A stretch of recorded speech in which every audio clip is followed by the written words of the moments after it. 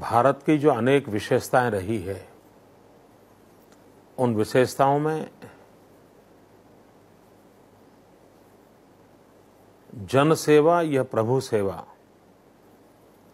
ये हमारे यहाँ एक सामाजिक सद्गुण के रूप में माना गया है। हमारे यहाँ संतों ने भी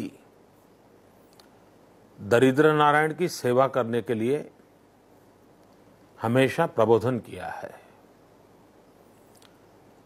ज्यादातर लोगों की कल्पना ये है कि भारत में साधु परंपरा जो है वो एक प्रकार से समाज से अलग थलग, सिर्फ अपने मोक्ष की चिंता करने वाला, सिर्फ ईश्वर की प्राप्ति में ही डूबा हुआ, साधना में ही लीन, एक ऐसी प्रकार की भ्रांति फैली हुई है। सत्य तो ये है कि हिंदुस्तान में सहस्त्रों वर्ष से ऋषियों ने, मुनियों ने, आचार्यों ने, भगवंतों ने, संतों महंतों ने हर समय समाज जीवन में युगानुकूल परिवर्तन कैसे आए, समाज जहां है वहां से आधुनिकता की तरफ कैसे आगे बढ़े, समाज अपने मूल्यों की रक्षा कैसे करे, वो सनातन मूल्यों का हमेशा एक पीढ़ी से दूसरी पीढ़ी में कैसे संक्रमण हो, इन सारे विषयों के लिए एक सामाजिक ढांचा खड़ा किया था। आज विज्ञान के क्षेत्र में जितनी शोध की चर्चा होती है, सहस्त्रों वर्ष पहले ऐसे कई शोध हैं जो हमारे ऋषियों के, मुनियों के नाम पर है। यूं तो वो संत थे, लेकिन किसी न किसी कॉज के लिए समर्पित थे। और अगर इतिहास के झरोखे से देखें तो ढेर सारे आज भी पूरा खगोल शास्त्र, हिंदुस्तान के संतों ने, आचार्यों ने, विद्वानों ने जो बातें कही हैं, वो आज भी पूरा विश्व स्वीकार करता है। और उस अर्थ में भारत में संत व्यवस्था, संत परंपरा, त्याग और तपस्या सिर्फ व्यक्तिगत सुख के लिए, व्यक्तिगत मोक्ष के लिए, व्यक्तिगत उन्नति के लिए नहीं रही है, वो सर्वजन हिताय, सर्वजन सुखाय रही है। और उसी परंपरा में एक तेजस्वी सितारा साईं बाबा थे, उसी परंपरा से थे वो, और जिसमें आध्यात्म को उन्होंने जन कल्याण की ओर चैनलाइज किया था। उन्होंने अध्यात्म को कभी भी कर्मकांड से बांधा नहीं था, उन्होंने अध्यात्म को सेवा से बांधा था, एजुकेशन से बांधा था, परिवर्तन की ओर बांधा था, व्यक्तिगत जीवन में त्याग और तपस्या के और ले जाने की ओर मोड़ा था। उन्होंने मठ मंदिरों के पीछे ताकत नहीं लगाई थी। अगर उन्होंने शक्ति लगाई तो गांव गांव पीने का पानी कैसे पहुंचे। उन्होंने शक्ति लगाई तो गरीब से गरीब व्यक्ति को एक भी पैसे के खर्च के बिना उत्तम से उत्तम आरोग्य की सेवाएं कैसे मिले। कोई भी व्यक्ति दुखी हो, पीड़ित हो, लेकिन शारीरिक व्याधि के लिए पैसों के कारण अगर परेशान है तो बाबा उसकी उंगली पकड़ते थे, उसे बचा लेते थे। और यही बातों की एक पूरी श्रृंखला है। और मैं आज बड़े गर्व से कहता हूं कि बाबा का शरीर तो हमारे के बीच नहीं रहा, लेकिन बाबा का संदेश उतनी ही ताकत से आज भी समाज के सामान्य से सामान्य व्यक्ति को प्रेरित करता है, प्रभावित करता है। हिंदुस्तान के अंदर अनेक शहर, गांव, पिछड़ी गरीब बस्तियां हैं जहां बाबा की प्रेरणा से कोई न कोई शिक्षा के, संस्कार के, सेवा के, आरोग्य के प्रकल्प चल रहे हैं। हमारे गुजरात में भी दूर सुदूर जंगलों में आदिवासियों के लिए, शहर में झुग्गी झोपड़ी में रहने वाले गरीब बच्चों के लिए सेवा, संस्कार के, आरोग्य के कई प्रकल्प उन सेवावर्ती सेवकों के द्वारा चल रहे हैं। बाबा ने सेवादल की व्यवस्था खड़ी की थी।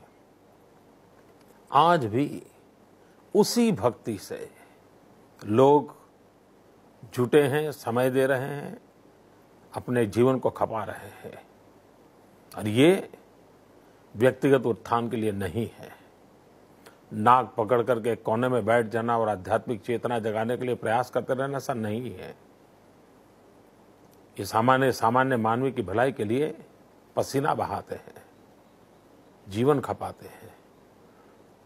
और ये परंपरा हिंदुस्तान की विशेषता है। एक घटना मैं हमेशा याद करता हूं। 2001 में भयंकर भूकंप आया था। गुजरात मौत की चादर ओढ़ करके सोया था। पूरा विश्व कांप उठा था और विश्व में सब दूर से मानव सेवा के लिए निकले हुए लोग गुजरात की धरती पर हमारे आंसू पहुंचने के लिए आए थे। मैं भी उन दिनों भूकंप पीड़ितों के बीच में अपना समय बिताता था। तब मैं मुख्यमंत्री नहीं था, तो लोगों से मिलता था, उनके सुख दुख दूर मैं क्या मदद कर सकता उसके लिए कोशिश करता था। कई देशों के लोग सेवा भाव से यहां आए थे और शाम को 5-6 बजे तक कड़ी मेहनत करते थे और 5-6 बजे के बाद अपने जो टेंट लेकर के आए थे उसमें जाकर के अपने स्नान वान करके वो आराम करते थे। तो मैंने उनसे संपर्क करना तय किया, उनसे मिलने जाता था, बातें करता था। तो मैंने उनसे पूछा, कोई कहता था मैं टर्की के भूकंप में था, कोई कहता था मैं कैलिफोर्निया गया था, कोई कहता था मैं ईरान गया था। अलग अलग जगह पे कोई न कोई नेचुरल कैलेमिटी में काम किए हुए लोग थे। तो मैं सहज से उनसे पूछता था कि आपका क्या अनुभव है। तो वो कह रहे थे कि एक बहुत बड़ा आश्चर्य हो रहा है। हम दुनिया के जितने देशों में गए, कितनी ही बड़ी नेचुरल कैलेमिटी क्यों ना हो, कितना ही बड़े भयंकर हादसा क्यों ना हुआ हो, लेकिन वहाँ हम जाते थे तो 2-4 NGO दिखते थे।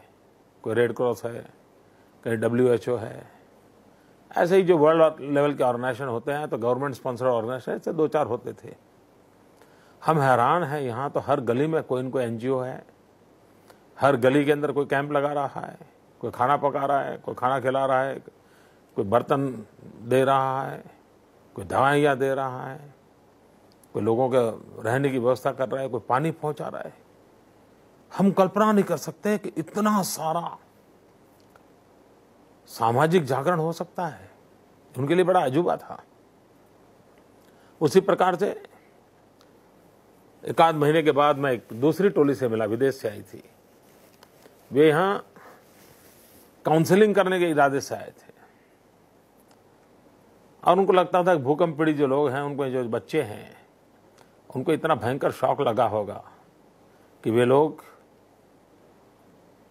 बहुत डरते होंगे, सहमते होंगे, उनको मृत्यु का भय सताता होगा, उनके परिवार के लोग रहे नहीं है, तो इसलिए वो एक भयंकर प्रकार की मानसिक आपदा से गुजरते होंगे।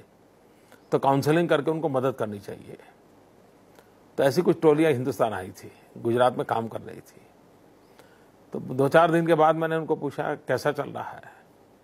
नहीं, बोले चलना क्या है, हम तो वापस जा रहे हैं। हमने कहा क्यों भाई, क्यों वापस जा रहे हो? तो उन्होंने कहा जी हम तो आए थे इन सब का काउंसलिंग करने के लिए, लेकिन इन लोगों ने हमारा काउंसलिंग कर दिया। मैंने कहा ये कैसे? तो बोले हम एक गांव में गए और गांव वालों को बिठाए, हमको लगा कि चलो उनको समझाएंगे, डरने की जरूरत नहीं है। तो हमने ऐसे विषय निकाला कि आफ्टर शॉक हर 12-15 मिनट के बाद कहीं न कोई घटना घटती है, तो आप तो बड़ा पीड़ा होती होगी, डरते होंगे। तो लोग हमें कहते थे कि अरे साहब आप बहुत देर से आए, अगर 26 जनवरी को आते तो क्या नजारा था, जब भूकंप आया तो मकान ऐसे ऐसे हिल रहा था, यानी वो भूकंप का वर्णन जैसे कोई आनंदोत्सव का वर्णन करते हैं ऐसे कर रहे थे। तो उनको लगा कि ये कोई उनके डीएनए में कुछ अलग बात है, कोई जिनके जेनेटिक सिस्टम में अलग बात है।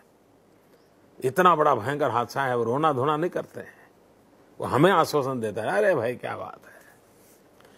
ये हमारे हिंदुस्तान के आम आदमी की एक ताकत है, और ये हमारे ऋषियों मुनियों की सदियों की पुरुषार्थ और परंपरा के कारण बनी हुई है, और उसका आज हमें लाभ मिलता है। मैं एक व्यक्ति के नाते बहुत भाग्यवान हूं। बचपन से संतों के प्रति मेरा आकर्षण रहा है, परंपराओं पर मेरा विश्वास रहा है। जो युगानुकूल है उसको स्वीकारने की मानसिकता है, जो युगानुकूल नहीं है उसको छोड़ने का साहस भी है। और हर प्रकार के समाज जीवन में संत परंपराओं से मैं बहुत निकट से मिलता रहता हूं, और ये मेरा सौभाग्य आज भी मिलता हूं। आज से करीब 3 दशक हो गए होंगे बाबा से पहली बार मिला था। बाबा ने मेरे प्रति बहुत भाव व्यक्त किया था, मैं अनुभव कर रहा हूं आज भी। उसके बाद तो मैं कह सकता हूं मुझे सैकड़ों बार बाबा के दर्शन करने का सौभाग्य मिला। मुख्यमंत्री तो मैं बहुत देर से बना, लेकिन उसके पहले एक सामान्य नागरिक के नाते मैं जब भी गया मुझे उतना समय मिला, उतना प्यार मिला। न मैं कुछ मांगने जाता था, न कुछ कहने जाता था। मैं वहां सिर्फ चाहे वाइट फील्ड जाऊं या उटपट्टी जाऊं या दिल्ली में जाकर के मिला,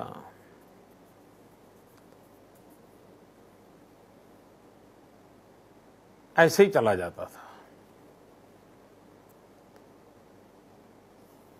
कई लोग बड़े भाग्यशाली रहते हैं कि बाबा उनको कुछ न कुछ देते हैं। कभी कभी मेरे साथ जो लोग आते थे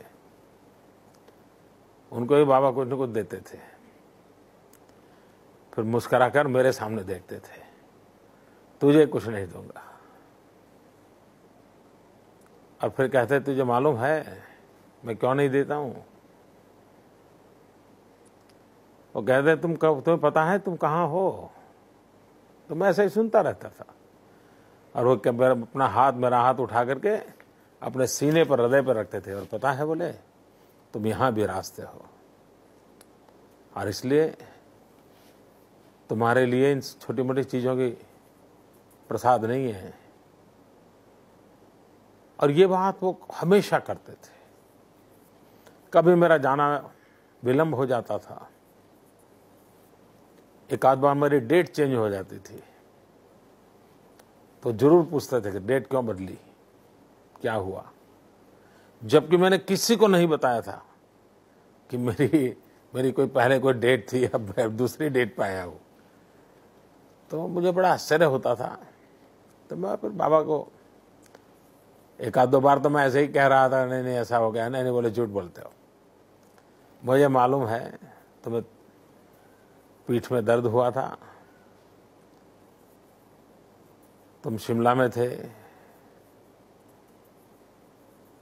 चंडीगढ़ जाने वाले थे, वो खुद मुझे बता रहे थे। तो मैंने कभी बाबा से कुछ छिपाया नहीं, लेकिन मैं कभी ये नहीं चाहता था कि हमारी कुछ कठिनाइयों से उनको बोझिल करें, और इसलिए मैंने कभी ऐसे किसी विषय की उनसे चर्चा नहीं की। कभी कभार मैं चिंता ये जताता था, बाबा आपका इतना आत्मविश्वास कैसे है, आप कैसे कहते हैं कि देश का भाग्य बहुत उज्जवल है, कैसे कहते हैं? तो वो खिड़की के बाहर देखते थे, काफी देर तक ध्यानमग्न हो जाते थे, फिर सामने देखते थे, फिर आंख में आंख मिला करके काफी देर देखे रहते थे, फिर एकदम से मुस्कुराते थे, फिर पीठ थपथपाते थे। शब्द कहीं नहीं थे, एक अनुभूति थी, कोई एहसास था। और पता नहीं क्यों मैं भी फिर विश्वास करने लग जाता था, हाँ यार ये हमारा देश बहुत महान बनेगा, भारत का भाग्य बदलेगा। मैं भी मनोमन मानने लग जाता था। अब वो कौन सा अंतर प्रवाह चलता था वो मुझे मालूम नहीं है, क्योंकि हमने कोई ऐसी आध्यात्मिक ऊंचाई प्राप्त नहीं की है कि संतों के इस प्रकार की चीज़ों को हम डिकोडिंग कर पाएं या उसको समझ पाएं। उन्होंने जिस प्रकार से डिसिप्लिन को पनपाया था, इंस्टीट्यूशनल डिसिप्लिन जो थी, ये अपने आप में, यानी सेवा तो कई जगह पे होती है। हम कुंभ के मेले में जाए तो भी सेवा करने वाले सैकड़ों लोग मिलते हैं, लेकिन बाबा जहां है वहां जाओगे तो उसकी डिसिप्लिन का रूप ही कुछ अलग होता था। और मैं मानता हूं ये बहुत प्रयत्नपूर्वक की हुई व्यवस्थाएं थी।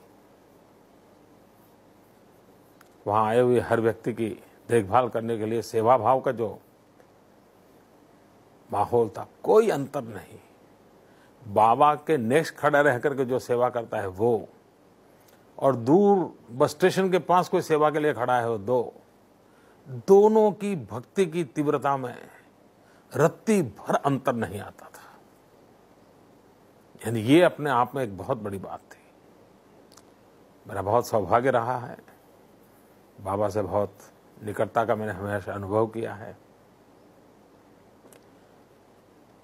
आखिरी दिनों में बाबा का संदेश आया था, मैं चेन्नई चला गया था बाबा को मिलने के लिए, वैसे जाते नहीं थे उस समय। फिर पुटपट्टी आए, फिर मुझे पुटपट्टी आने के लिए कहा, मैं वहां चला गया। बार बार बुलाते थे, बार बार मिलना होता था, लेकिन बात नहीं होती थी। मुझे भी लगता था कि शायद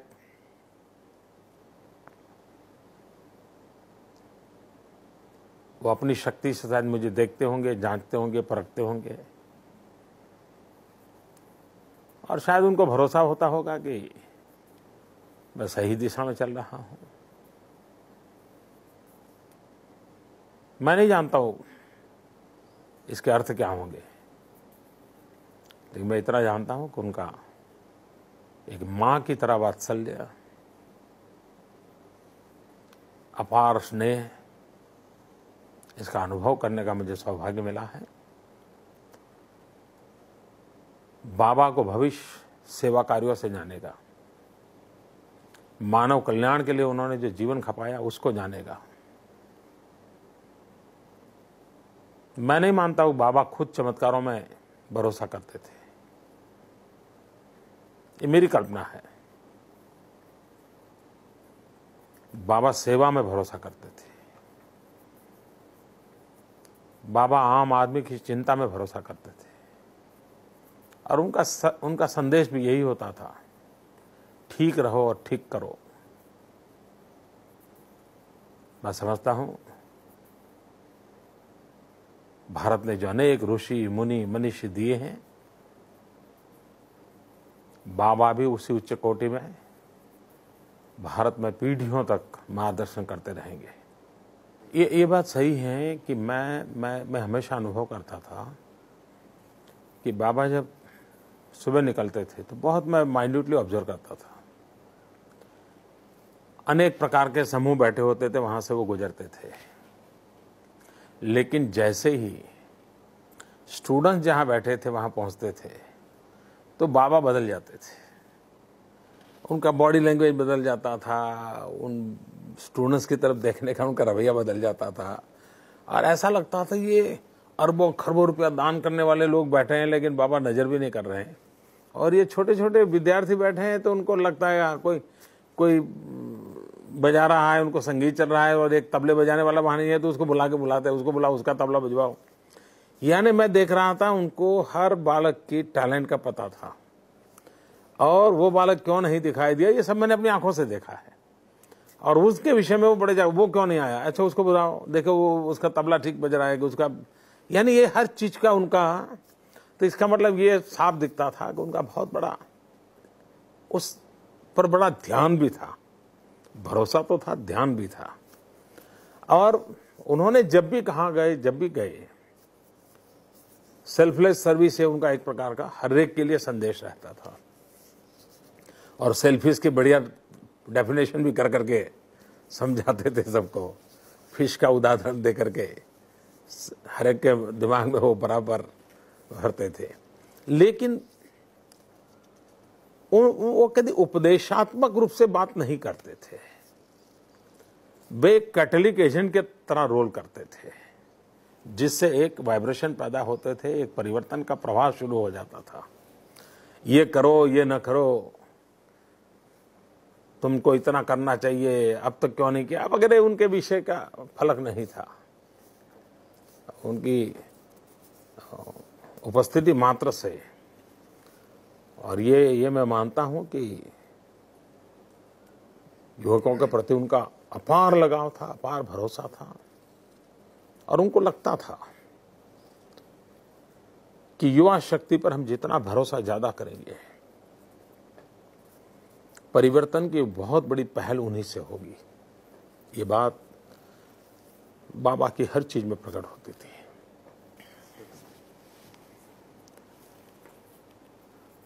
मैं नहीं मानता हूं कि हमारे देश में अब किसी ने अलग से किसी को कोई मैसेज देने की जरूरत है। वेद से विवेकानंद तक जो कुछ भी कहा गया है, उसमें से थोड़ा सा भी अपन लेकर के चल दें तो हमारी दिशा कभी गलत नहीं होगी। इस युग में भी बाबा समेत जितने संत हैं, हर एक की बात में, हर एक के उपदेश में मानव केंद्र में रहा है। मानव का जीवन उनके केंद्र में रहा है, और ये सब लोगों को नकारने का कोई कारण नहीं है, अविश्वास करने का कोई कारण नहीं है। चाहे महर्षि अरविंद के शब्द लें, चाहे बाबा के शब्द लें, चाहे विवेकानंद जी के शब्द लें, चाहे दयानंद हो, रामतीर्थ हो, किसी भी महापुरुष के शब्द ले लें, महात्मा गांधी के शब्द ले लें, हर एक का एक ही निचोड़ है, और हर एक में अपने से शुरू करने की बात है, हर एक में। और बाबा कहते थे, अरे तुम खुद को करो, हो जाएगा। आधे आधे शब्द बोलते थे, हो जाएगा, खुद का करो, हो जाएगा, खुद का करो, हो जाएगा, ऐसा। और इसलिए हर छोटे मोटे व्यक्ति को मोटिवेशन के लिए बहुत सरल माध्यम से वो बात बताते थे। आम मैं देख रहा हूं तो उनको समय की बड़ी वो रहती थी, लेकिन कभी मन कर जाए तो बाबा बहुत देर तक बातें करते थे। और कभी लगता था बाबा ऐसे जिज्ञासु के रूप में ऐसे छोटे छोटे सवाल पूछते हैं, आश्चर्य होता था। मैं एक बार गया तो मुझे उपचुनावों के लिए पूछ लिया उन्होंने। अब किसी राज्य के अंदर किसी कोने में 2 उपचुनाव चलते हो, तो मुझे पूछ रहे थे, कह रहे तुम्हारा उपचुनाव चल रहा है और तुम इधर भटक रहे हो।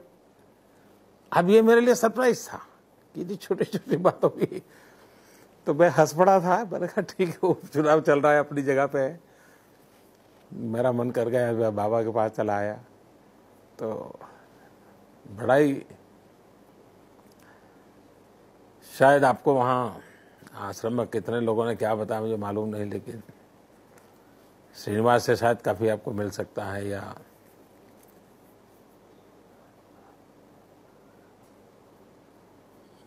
बाबा के साथ मैंने जो निकटता अनुभव की है, शायद वहाँ कई लोग हैं जो उसके साक्षी है। श्रीनिवास शायद बहुत डिटेल में बता सकते हैं।